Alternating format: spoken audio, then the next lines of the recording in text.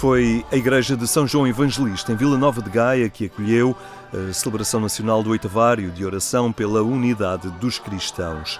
O templo, que pertence à Igreja Lusitana, de comunhão anglicana, recebeu os representantes das diversas tradições cristãs num gesto que revela um caminho de proximidade que não anula as características de cada um.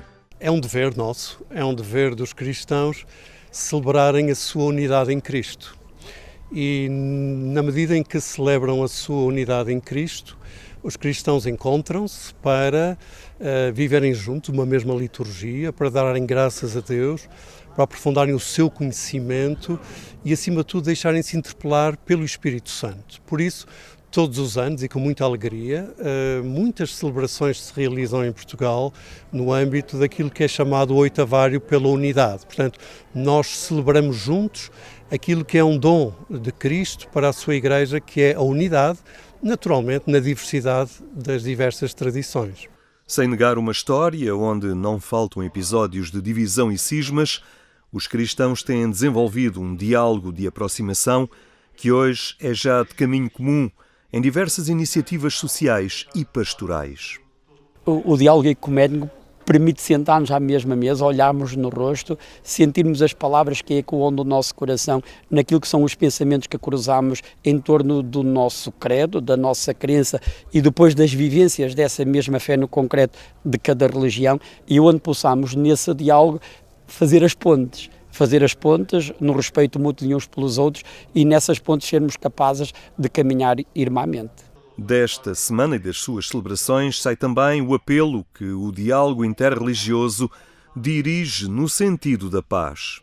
Assumindo que as diferentes religiões, as grandes religiões monoteístas pugnam pela paz, acreditam na paz enquanto valor estruturante do seu próprio credo, significa isso que é muito importante hoje as religiões estarem unidas. É muito importante o diálogo, é muito importante a cooperação, precisamente também para dizer que muitas guerras que são feitas em nome das religiões não são verdadeiras, ou seja, não é a religião ou as incompatibilidades entre religiosos que provoca as guerras. A dimensão da unidade dos cristãos como elemento de construção de paz foi também sublinhado pelo Bispo de Coimbra, à margem do encontro, uma igreja mais ministerial, sinal de esperança. Nós, de facto, não podemos aceitar e temos de trabalhar muito ativamente para que a paz seja uma realidade, para que a paz seja possível. E muito mais ainda para que nunca alguém diga que está a combater, seja quem for, em nome de Deus, em nome de uma religião ou em nome de uma fé. É a contradição mais forte daquilo que possa ser o nome de Deus, que possa ser a fé, concretamente a fé cristã, mas inclusivamente aquilo que é a autenticidade e a verdade de qualquer outra religião. O vice-presidente da Conferência Episcopal Portuguesa reconhece que existem ainda resistências neste caminho ecuménico. São pessoais, são institucionais, são comunitárias, depois metem-se outras razões de outra ordem, às vezes até de ordem política, de ordem geográfica, quem quer se sabe, de ordem económica, e a maneira de ser de cada pessoa e às vezes de cada instituição, de cada comunidade, em vez de confluir no diálogo, na perspectiva do encontro, às vezes, efetivamente, no afastamento, o que é sempre um mal para a humanidade. O facto de as igrejas cristãs, concretamente, não estarem unidas e não caminharem na unidade e no amor, é um prejuízo para a humanidade toda. Esta Semana da Unidade e o diálogo que se vai estabelecendo entre os cristãos é também um sinal de esperança, quando os católicos caminham em jubileu, também como peregrinos de esperança. E é precisamente situando-nos aqui, ao iniciar o Oitavário de Oração pela Unidade dos Cristãos, que nos situamos num patamar da esperança, onde possamos dar passos claros, concretos e reais, em prol dessa mesma unidade, na pluralidade que o somos, na vivência cristã das várias celebrações religiosas, de igrejas, mas aonde nos possamos rever com alegria e encanto na mesma fé que temos em Jesus e no mesmo Evangelho, e assim nos possamos apresentar no mundo. Crês nisso? É o tema desta Semana da Unidade e é inspirado no diálogo entre Jesus e Marta, quando, Jesus visitou a casa de Marta e Maria em Betânia após a morte do seu irmão Lázaro, conforme narra o evangelista João. Há aqui, em primeiro lugar, uma interrogação que Cristo uma vez mais dirige a cada um de nós. Crês tu em mim? Crês tu e vives a ressurreição enquanto dom para a tua vida? Crês tu que é possível, como nós falávamos há pouco, um outro modo de estar sustentado na vida, na esperança? Então cada um de nós, individualmente, é chamado a dar essa resposta. Mas, ao mesmo tempo, a resposta da fé também é dada através do cremos. Do credo de Niceia. Portanto, é uma resposta que pressupõe uma adesão individual, mas que depois também congrega os cristãos na unidade a dizer que cremos, o que dá naturalmente depois uma força muito grande a este acreditar em Jesus Cristo. Dom Roberto Maris destaca uma segunda interpelação neste tema. Quando também Marta diz a Jesus, se tivesse estado aqui não teria acontecido, morrido o irmão.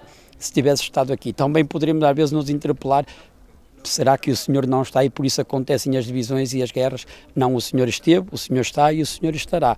Por vezes e porventura é que daremos mais lugar a nós e aos nossos preconceitos do que à própria voz e presença do Senhor ressuscitado. Que essa possa ser a relevância dentro de nós e aí o possamos ser como sinal também profético de comunhão e unidade neste mundo do qual todos nós fazemos parte.